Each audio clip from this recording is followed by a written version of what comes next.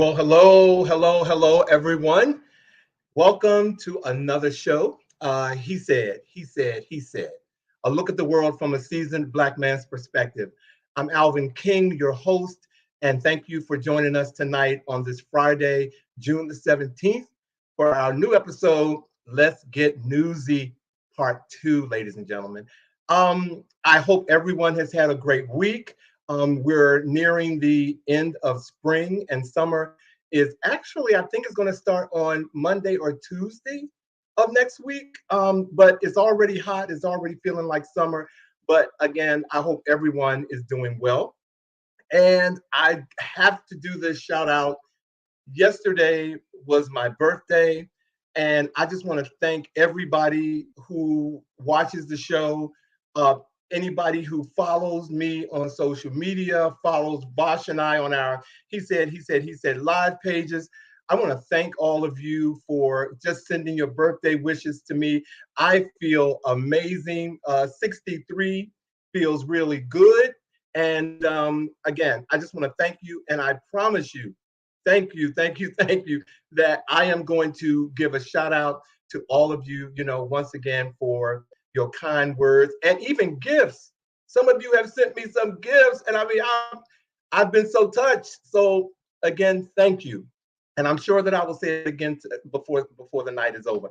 Well, our show tonight, Let's Get Newsy. We've done a part one, ladies and gentlemen, where we talk about news that's out there that you have been talking about, but Bosh and I want to put our spin on it. So again, tonight's show should be lots of fun because we got a lot to talk to you about. Happy Father's Day to all of the fathers out there, wherever you are.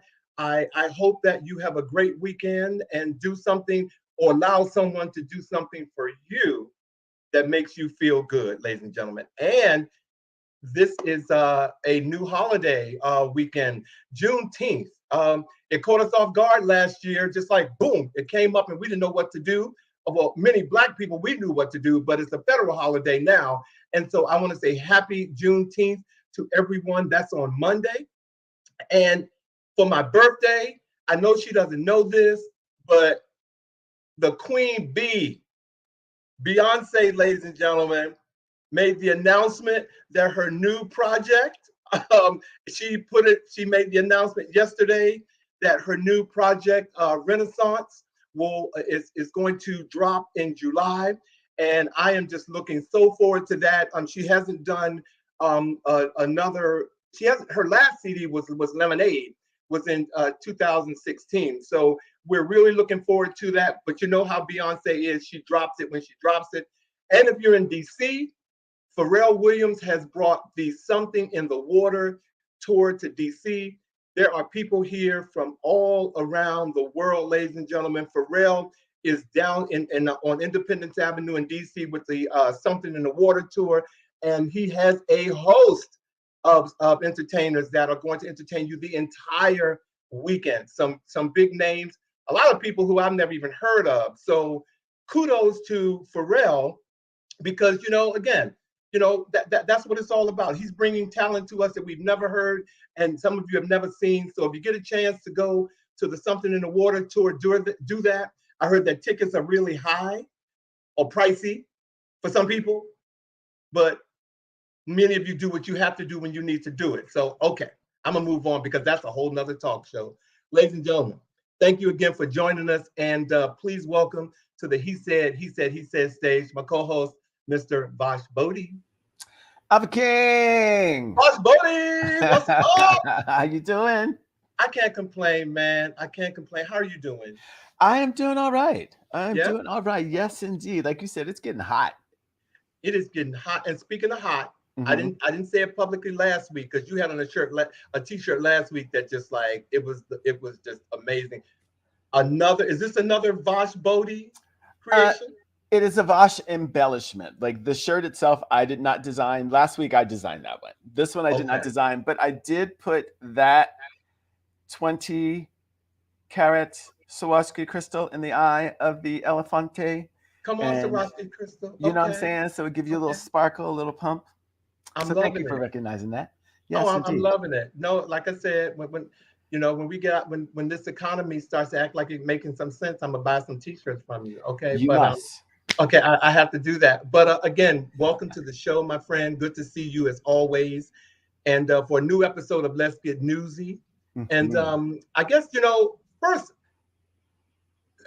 I just want to let people know when we talk about this show, we try to talk about news that one, you've never heard of, or if you heard of it, we want to make sure that we give you our spin on the topic and see how you feel. That's really where we're all about. And so we're glad that you guys are joining us tonight. And we're not going to talk about Kim Kardashian in the Marilyn Monroe dress. We're not going to do that. We're not going to talk about whether or not she's damaged it or she returned the dress. We don't care. We're not going to talk about that tonight. But if you want us to, say it in the chat room and we'll give you our opinion on it. But we already told you we ain't talking about it. At all. But can I say hello to my friend Alana? Hi, Alana. She said happy birthday Alana. to you. And she says she loves me and I love you too. Alana's like a little sister to me. So, hey, girl. Alana, is this her first time on the show? No, she's been on the show a number of times. But okay. Hi, Alana. Not as vocal as she is right now. Hey, girl. So Vash, I want to talk about or get your take on the economy. And where we are, because I know it's impacting all of us, but it was today.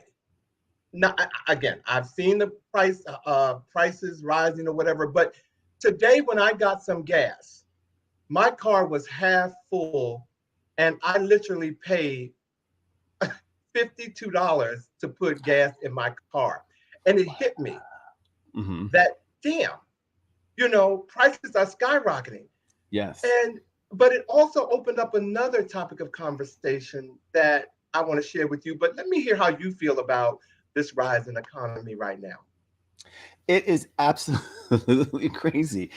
First of all, with gas prices, it's amazing to me that they can just change gas prices overnight. All they got to do is go outside with that little stick and put the little sign thing up, and they're like, today gas is $7.50. There's like very few other things on the market that the prices can change so quickly. Even food in the grocery store, they got to think a little bit before they change the prices. But gas, boom, they can go right in. It's a lot. It is a lot. I mean, and to think that as people are going back to work, having to drive and go back to work, all of a sudden, depending on how much you're making an hour, you have to work at least an hour just to be able to get back, just for a gallon of gas. It may take you 2 or 3 gallons to get back and forth to work, depending on where you're driving from. That's a lot. That's a lot. Well, that hit me. And, when I think about it, when I thought about it while pumping the gas, a lot of things, like I said, were running through my head. And one of the things that was running through my head was, first of all, we've kind of been here before. We've been here in 2008, when we had, the financial crisis that happened in 2007, 2008. I know I lost my job back then because of that crisis. And, I was living a life, basically like, okay, if you want it, go buy it. Even if you don't need it, go buy it. Right. And I started thinking, for those of us who have lived through that, not that this should be, well, we've lived through that. So we should know how to adjust some kind of way. That ran through my head. But then COVID kicked in. The 2 years of not being able to do anything. And some people lost their job. And so now they're working. They have a paycheck coming in. And they're just, flying off. And I'm not saying don't live your life, but flying around the world, putting money in the pockets of people who are taking it from us. How do you deal with? I was thinking, how do I wrap my arms around that and kind of send the message that we need to, really look at where we are and start planning a little better. You know what I'm saying? How do I do that? Look, I don't know. I guess everyone is having their own experience when it comes to that, because there are clearly some people that have made adjustments to their life. so that they have been able to make money even during the COVID times, right? There are a lot of people who went online and started doing things with affiliate marketing, with TikTok and YouTube and things, and they're pulling money in that way. Yeah. So if people have the money, they're going to go out and do their groove. For me, I'm experiencing it in a way that it's making me take pause because the wave is beginning to hit. I remember even before gas prices went up that I noticed food things going up. There's certain things I eat all the time. I eat raisin bread with my oatmeal in the morning. I'm a big oatmeal person. And I noticed almost a year ago that raisin bread doubled in price, right? It went from $2.50 for a loaf to almost $4.50. 4.59, close to $5. And I thought that's kind of odd. So to then have all these other things begin to increase, you have to make adjustments just to be able to survive. So if people can adapt to that and still have money to go out and do all this traveling, I say more power to them. Nice work if you can get it. If you can get it, show me how. I definitely, and people are grown. You don't need Alvin's opinion to tell you how you should live your life.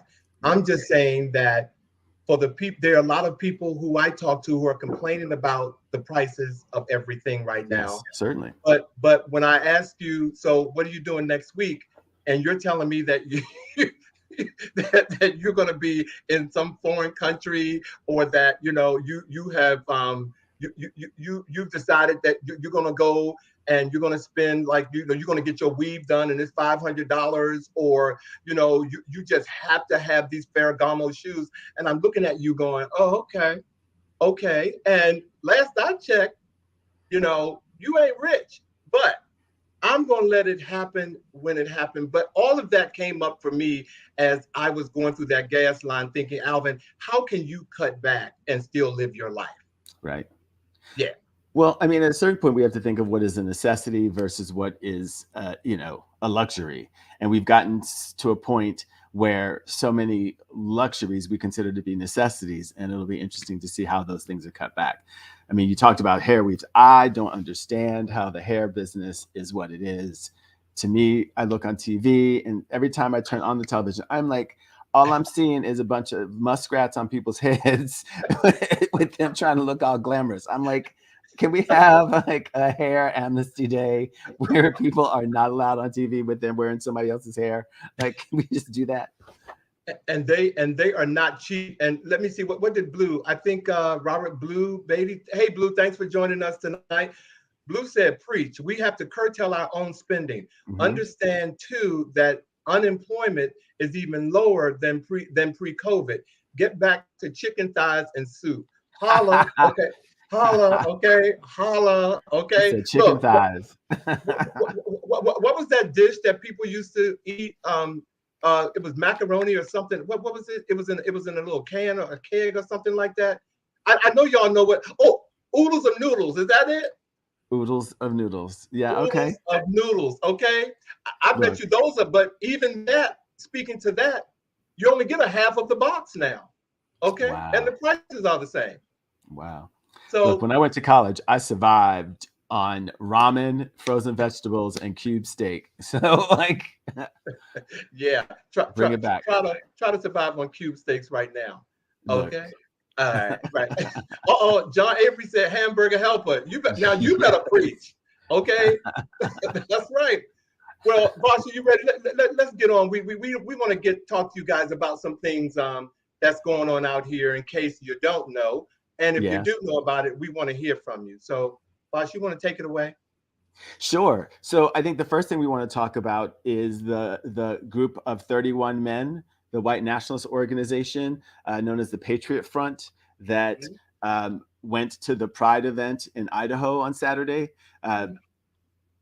They were seen by a local resident loading themselves up into a U-Haul truck as they were just blocks away from the Pride event there, and they were going to go and wreak havoc.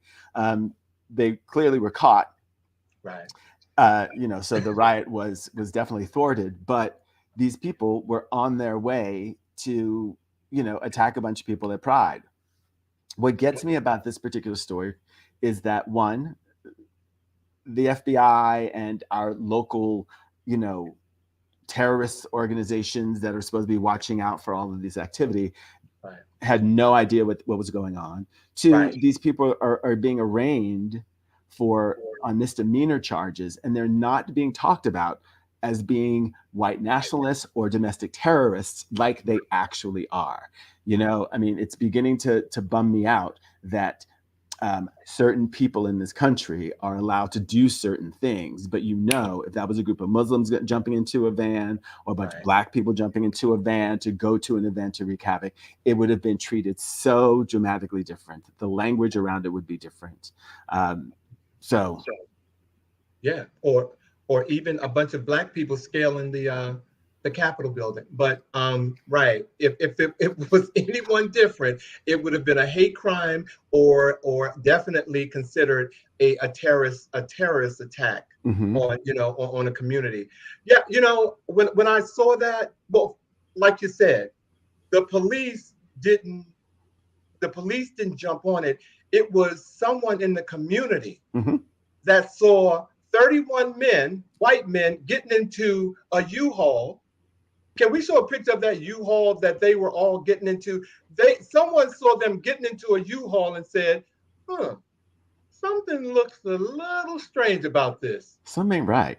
Something ain't right. Okay? Something ain't right. Right. Okay?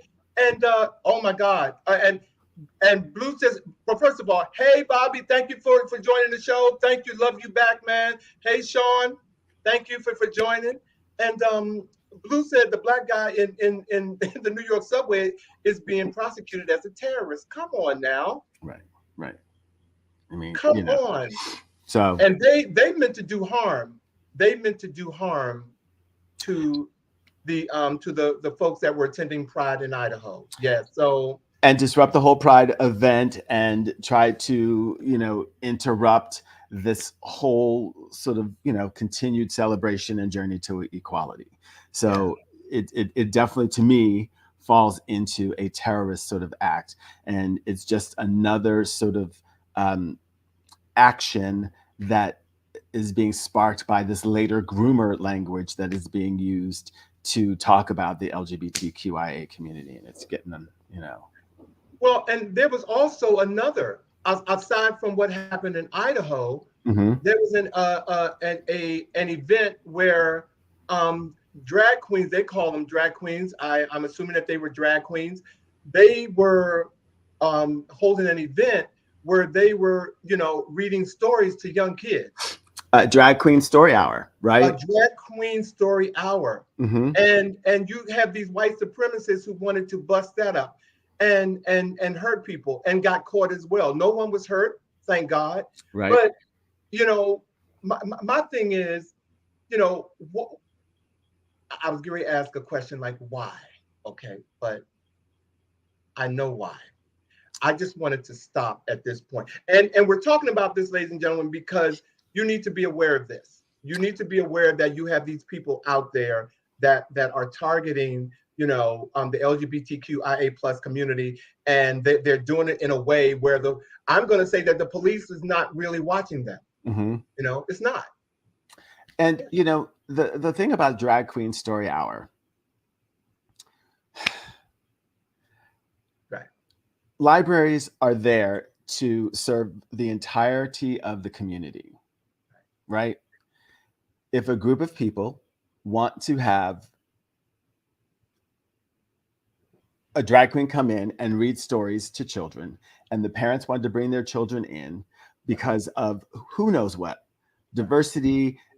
These parents may have friends who are drag queens. They may be friends of the drag queen. They just maybe want to expose their children to the variety of life. It is, something that extremely, whatever the reasoning is, that library is servicing that slice of the community. If Right. you do not want to go to that, then do not go to that, right? If you don't want your kids go to have a drag queen read to them, don't take them to Drag Queen Story Hour. If you don't want to have, you're not into gay marriage, then don't, when someone asks you to marry them and they're gay, just say no, Right. I mean, Right. it's like, if you don't, people have to stop trying to impose their own beliefs onto other people, and Right. it becoming dangerous. These people went in to that library chanting hate speech, transphobic speech. The people who were there felt threatened. Right. Another act of terrorism, in my opinion. Well, we're going to keep our eyes on that, ladies and gentlemen, and I hope you do as well. But uh, again, we're getting newsy with you. So I,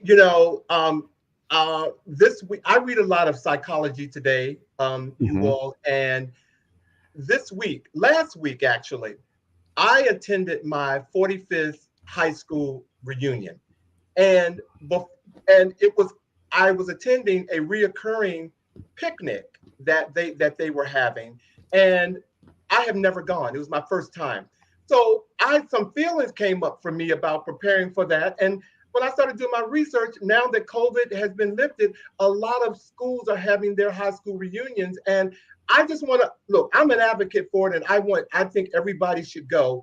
And so I did some research, and so according to Psychology Today, they gave me 10 things that you should think about before going to your high school reunion. So I just want to share some of them with you and get your take on them. The first thing it says, identify before you go what having a good time looks like to you. Okay. Yeah. And I thought and I literally had to do that. And me being the kind of person that I am, I typically can have a good time anywhere. But I put some thought into that. Okay. The second thing that they said was to be honest with yourself. About what? Well, one of the examples that they said is like, while COVID could help level the playing field, it does not promise instant new beginnings. And most people attend their high school reunions first and foremost to reconnect with former friends. So expect that old cliques will resurface, hanging out, the way you used to hang out, that will resurface.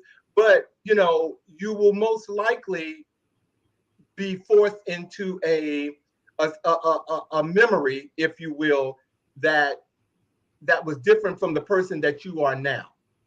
Certainly. Right. So you need to be open to change in that regard, but it starts with you being honest with yourself. Okay. Yeah. And I say that because let me just give an example. For me, I'm a Black gay man.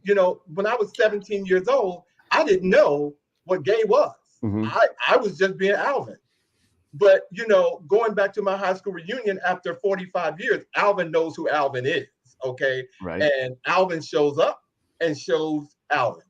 So I have to be open with just, again, knowing who I am and walking into that type of environment. And there's a lot of love in my class. And if they're watching, I know that I have a lot of love there, and I love you. So I just use that as one example for myself. Right on. Right on. And I'm going to skip, but one of them was acknowledge that there may always be curiosity, perhaps even fantasies about that certain someone that you used to know in class, and be okay with it coming up, but be careful how you act on it. So what do you mean by that? So like there may be someone that you kind of thought that you might have wanted, or someone might have wanted you, and when you get together, there may be sort of a little vodio-do-do wanting to happen? Yeah, there may be, and if the chemistry aligns, you may find yourself back in that cloakroom, or whatever, or wherever the case may be. Hopefully, mine was at a picnic, so I wasn't going nowhere outside of that. You know what I'm saying? I don't care who was there, but I'm just saying. But you may reconnect. You know what I'm saying? But yeah, like Sean said, a high school crush. Right. And so yeah, so that was one thing, and then I'm gonna skip, and it says, realize that we all live different in psychological spaces right now.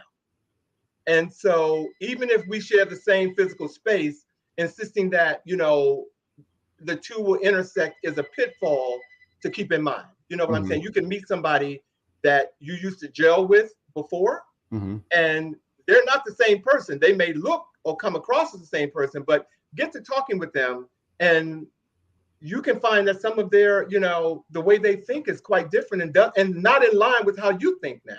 Right. Yeah. I mean, especially in this political time when, you've got folks who are Trump supporters and folks who are not. So I went to high school in the Philippines. My graduating class was 52 and a half people. We just had a big all-class reunion for my high school in Florida last October. I mean, it got postponed because of COVID. And I wanted to go. I was going to go, but I didn't go because of COVID and some other things. I kind of bummed that I didn't go because it would have been great to see so many of these people and to have reconnected with them, having grown. You know, it's been a number of years. As a matter of fact, my friend Alana is from my high school. But with the current political vibe and having to deal with folks who are just so polar opposite, that was one of the reasons why I didn't go. I was like, I just don't want to be in a situation where I have to interact with some of these people about some of this stuff and have conversations. I made that choice not to go, and I regret it. I kind of wish that I had gone because I think the good would have outweighed all of that bad. Yeah. I think it's very therapeutic. Hold on, we got some folks who are chiming in.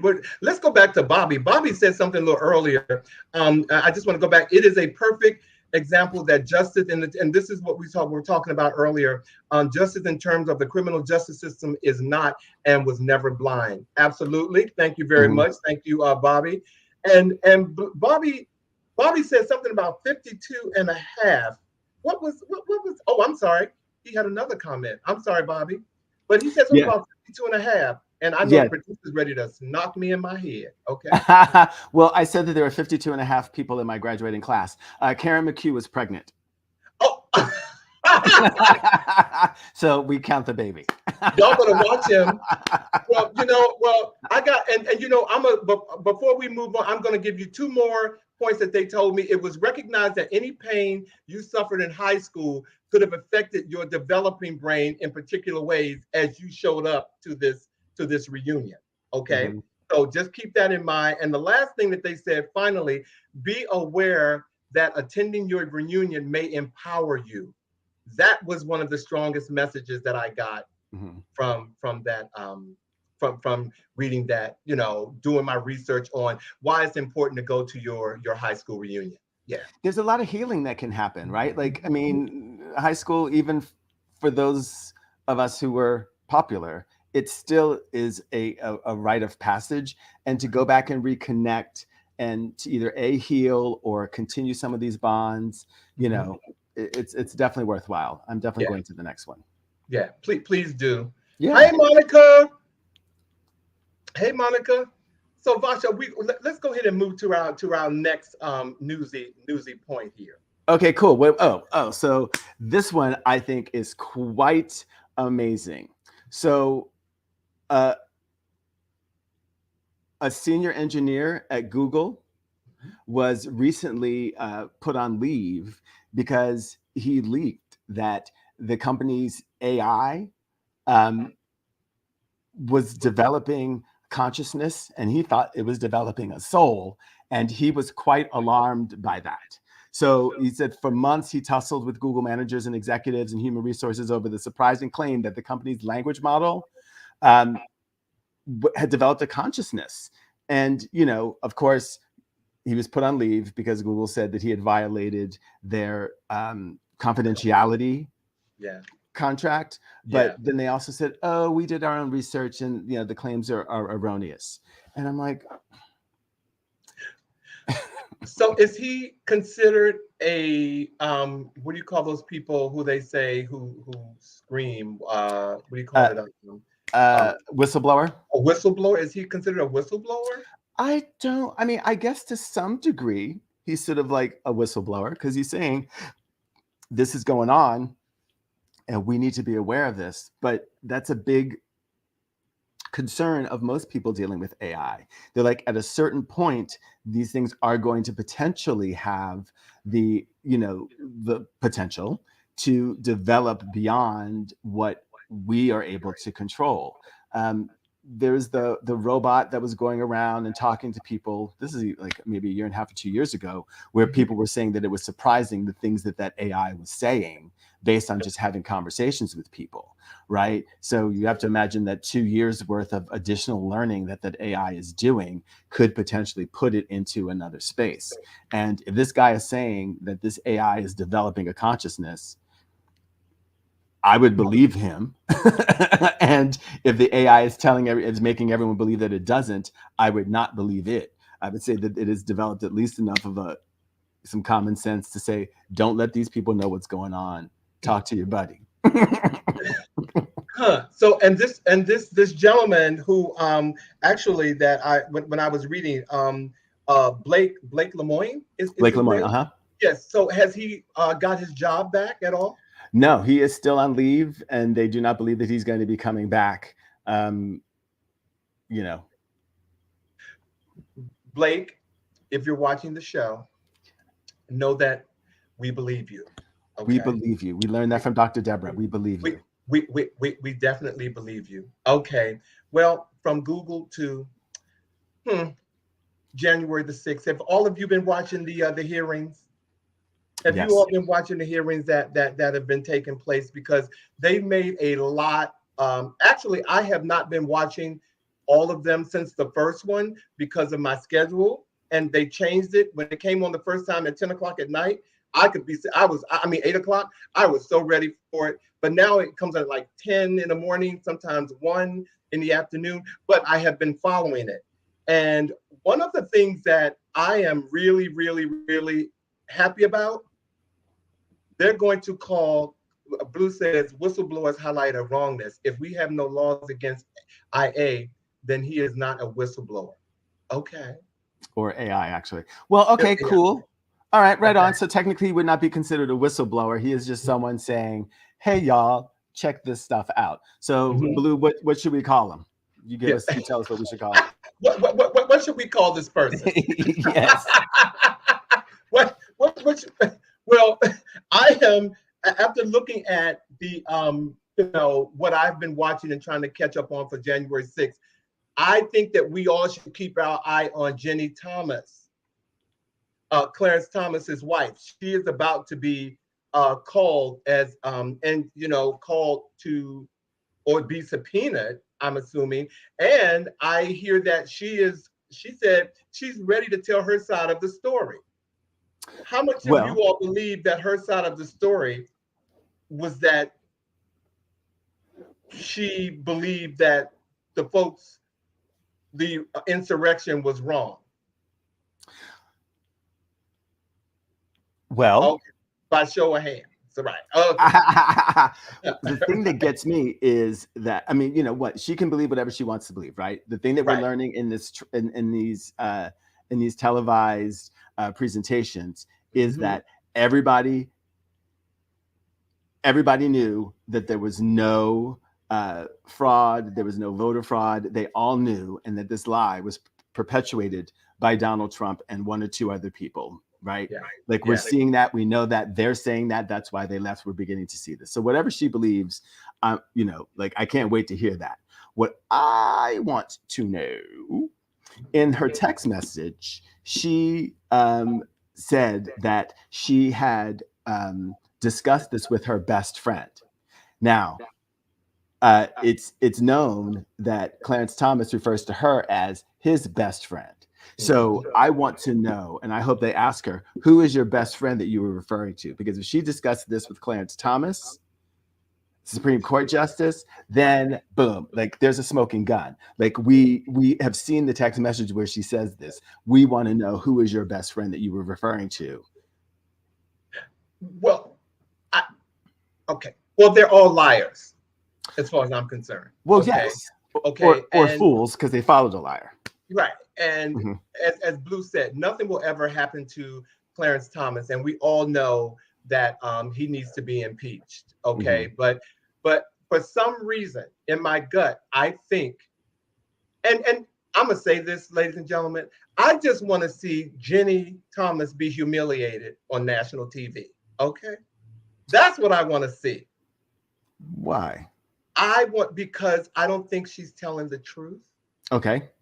And I think that a heavy interrogation up to how she was involved in all of this is going to open it's going to put a lot more weight on how Clarence Thomas was involved with all of this.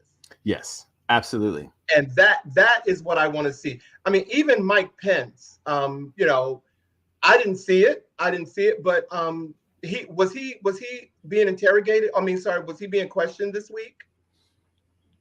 I know that no, I did not see him being questioned. I did see interviews that he had done, but I didn't see him on the stand in what I saw. And I didn't watch all of day 3 because I just watch it on YouTube and so Okay. check it out. But I did not see him being questioned. But he did speak. Like there were moments where you got to hear him say that he knew that he didn't have the authority to overturn the election or refuse the ballots. Like he knew what his role was and that he was not able to do what Donald Trump was telling the world that he should do or could do.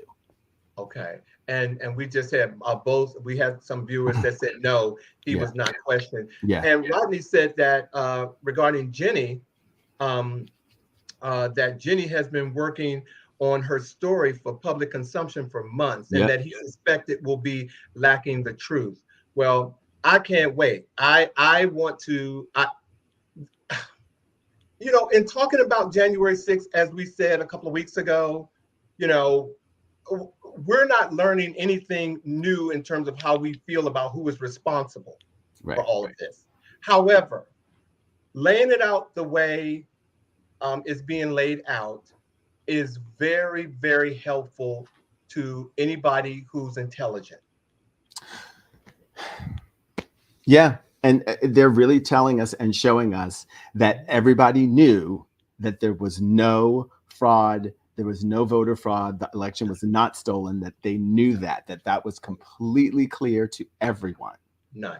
And still they went ahead and did all this stuff. So I think they're doing a very good job of making that clear to everyone. And, even Fox News is beginning to cover it because they have to, because it's news. It's the truth. People have to know that this is what this man did. And there's still people who are refusing to accept it. Right. Well, more to come. I really hope that I can watch more of it because I'm not taking my finger off the pulse with that. You know what I'm saying? I'm not sweeping that under the carpet. I want to see what happens with that. So, ladies and gentlemen, please stay tuned. January 6th, the coverage of these hearings that they're having. Please stay connected to it if you can, and watch it. Yeah. I have to even say what is amazing to me is the way AOC is showing up in this. Have you? She has gone after some of these other, representatives, calling them out. I think one of the things that she said was every member of Congress should be able to answer one question. Have you sought a presidential pardon? Right. Which I think is amazing. Right. And then she called out Lauren Boebert directly. Like, hey, Lauren, did you ask for a presidential pardon after you were tweeting where everybody was?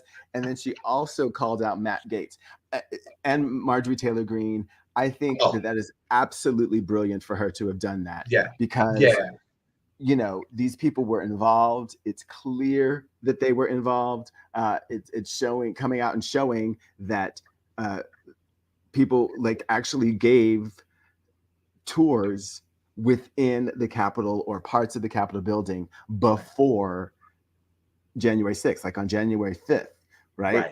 Right. So I love the fact that she is showing up and saying to everybody, look at these people, see if they ask for pardons. And Jared Kushner even said in one of his statements that what he was doing at a certain point was processing presidential pardons, or at least those requests. So there's somewhere that we know who was asking for them, and I can't wait for that information to come forward. Well, they all got them. I think that if if I'm not mistaken, was that something earlier where Bobby had said something about SNL had done a skit? Was that on the January 6th? Was he referencing the earlier Bobby? He was referencing the read. He said on a humorous note, the SNL skit of RuPaul teaching folks how to read at the library is hilarious. Okay, yes, it is absolutely hilarious. I thought it was he was talking about I think he mentioned that when we were talking about another topic. Okay. Right. Well, thank you, Vash. Well, we're going to take you guys to Houston, ladies and gentlemen. If you haven't been to Houston, when you do go to Houston, you need to know that now they have their first Black-owned grocery store in Houston. Robert Thomas, he opened the first Black owned grocery store, and it's called the District Market Green Grocer. ladies and gentlemen. And it was previously a nightclub, and he owned in the same location. And when COVID hit, he knew that there was, and he couldn't operate his business as a nightclub. He decided to do something that he operated this nightclub for 5 years, first of all. Mm-hmm. And in the pandemic, he wanted to do something to help people. So he turned his club into a grocery store. Wow. Okay. And, when I read his story, I just thought that, first of all, COVID has allowed people to do a lot of different things, to really, if you have a skill set to hone in on it. Mm-hmm. But he has opened a Black-owned business that is thriving in Houston, Texas, and he plans to open many more stores, around the world. And so if you know somebody in Houston, I thought this was a very feel-good moment, ladies and gentlemen, that you can definitely send them to. We have his email address that's up here. You can even order food. You can order to-go items from his grocery store. And I think we have his email address, which is districtmarketgreengrocer.com. So you can definitely go and go to his website, check him out. But we need to support this business because it is definitely happening. That's so cool, and it actually totally makes sense. I don't know if you have Trader Joe's where you are, but I do. Trader Joe's is always banging with the music. So the thing that's merge a nightclub and a grocery store, I would go and have a dance party while I'm picking up quinoa. Some bananas, do a little Soul Train line down the frozen section. Do you know there is nothing like hearing good music when you're in a grocery store? Totally. And funny that you said that, especially when it's around some good meat.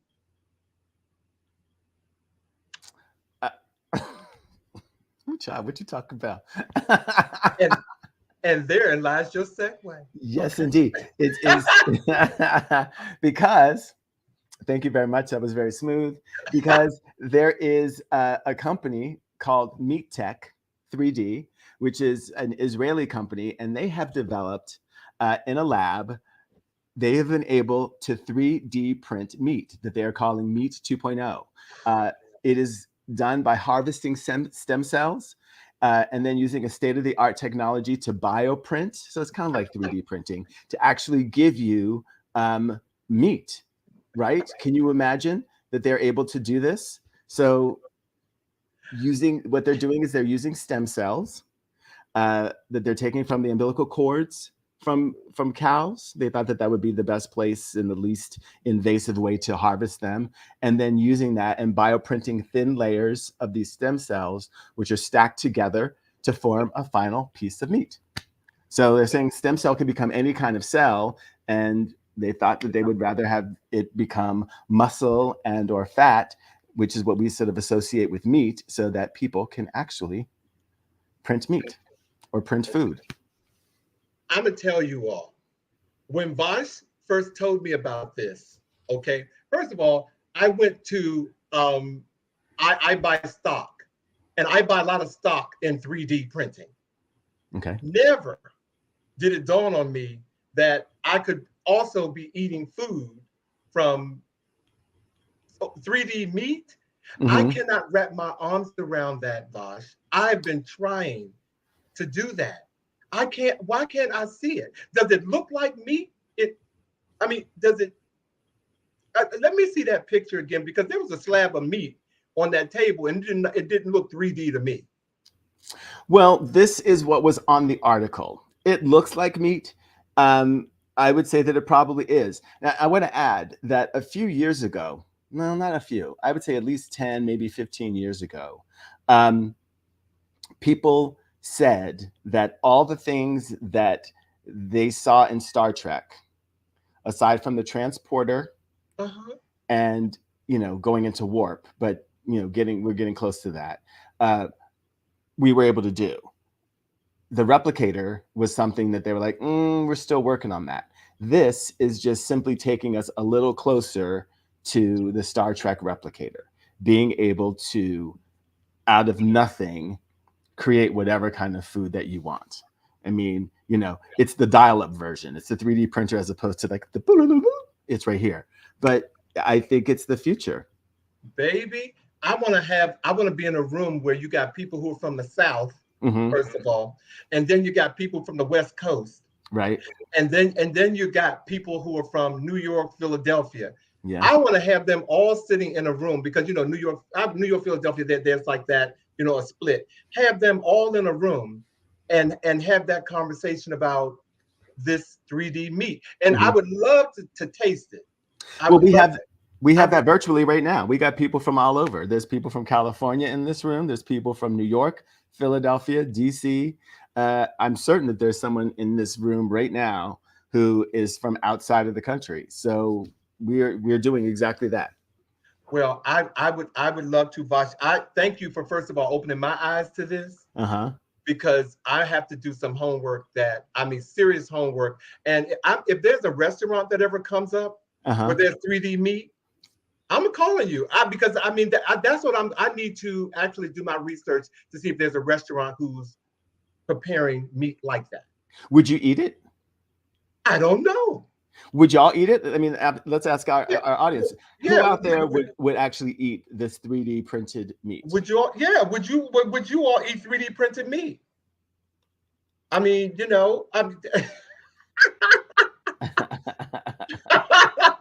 He said he's just wrapping his mind around the Impossible Burger.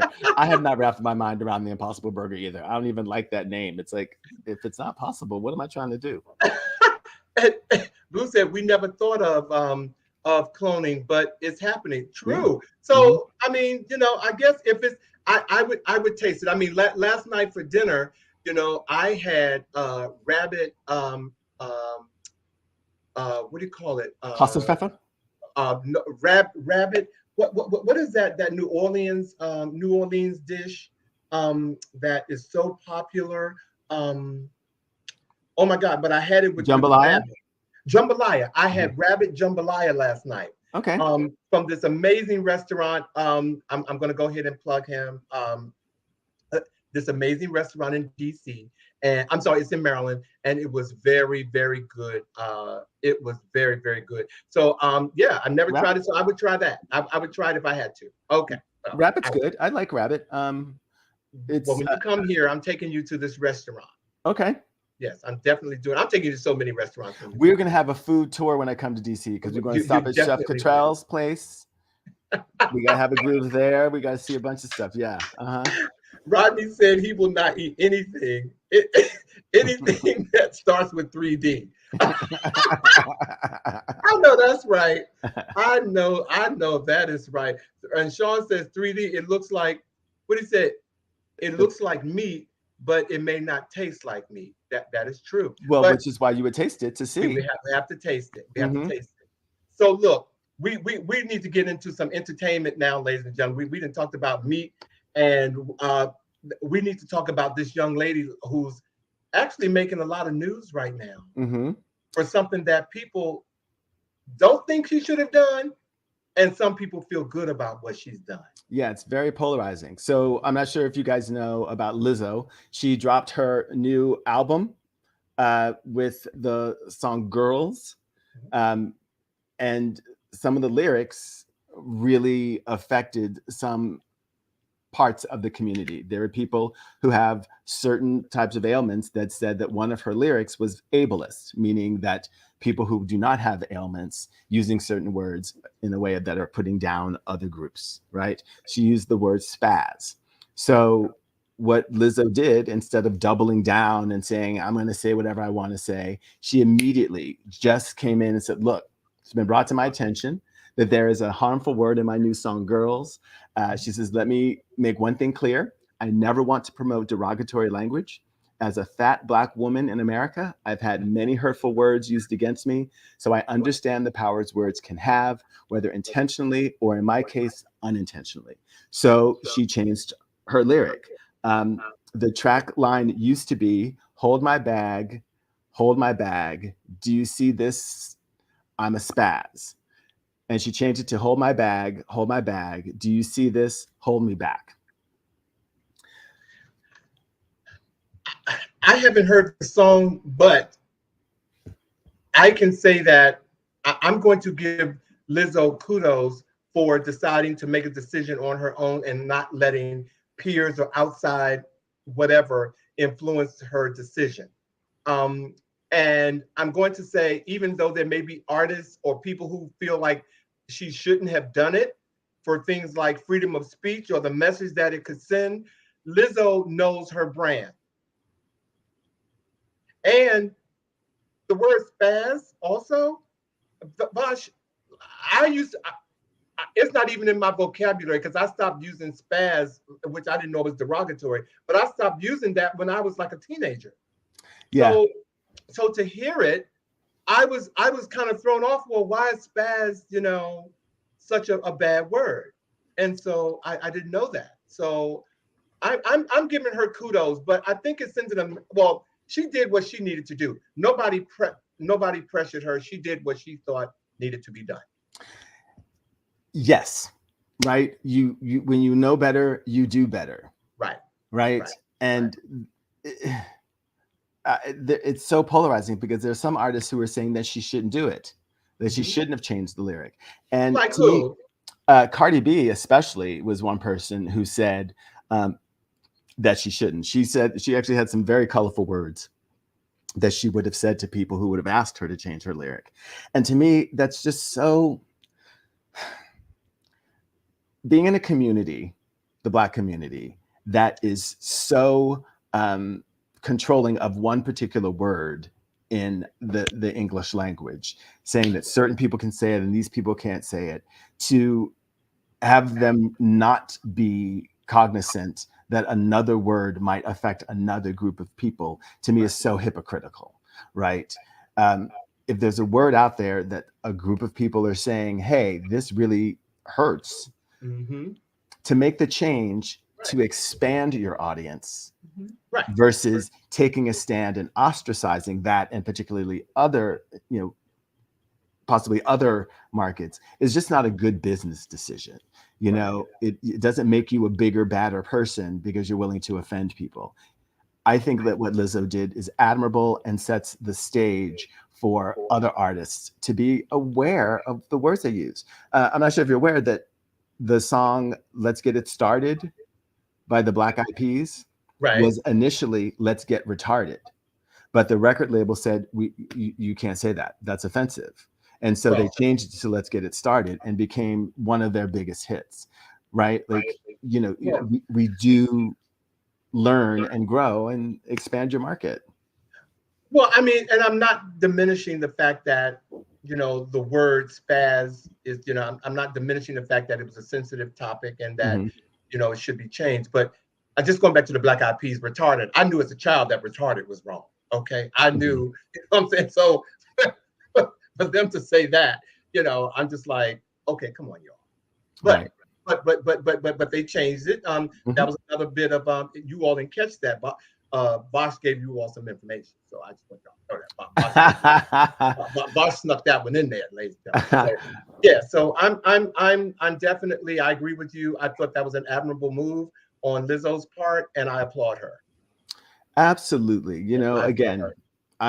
the more I learn about Lizzo, the more I like her. Do I think that she has a, a, a challenged sense of fashion still? Yes. But I think that she is a really great human being. Well, I mean, but okay, I'm not going to touch that.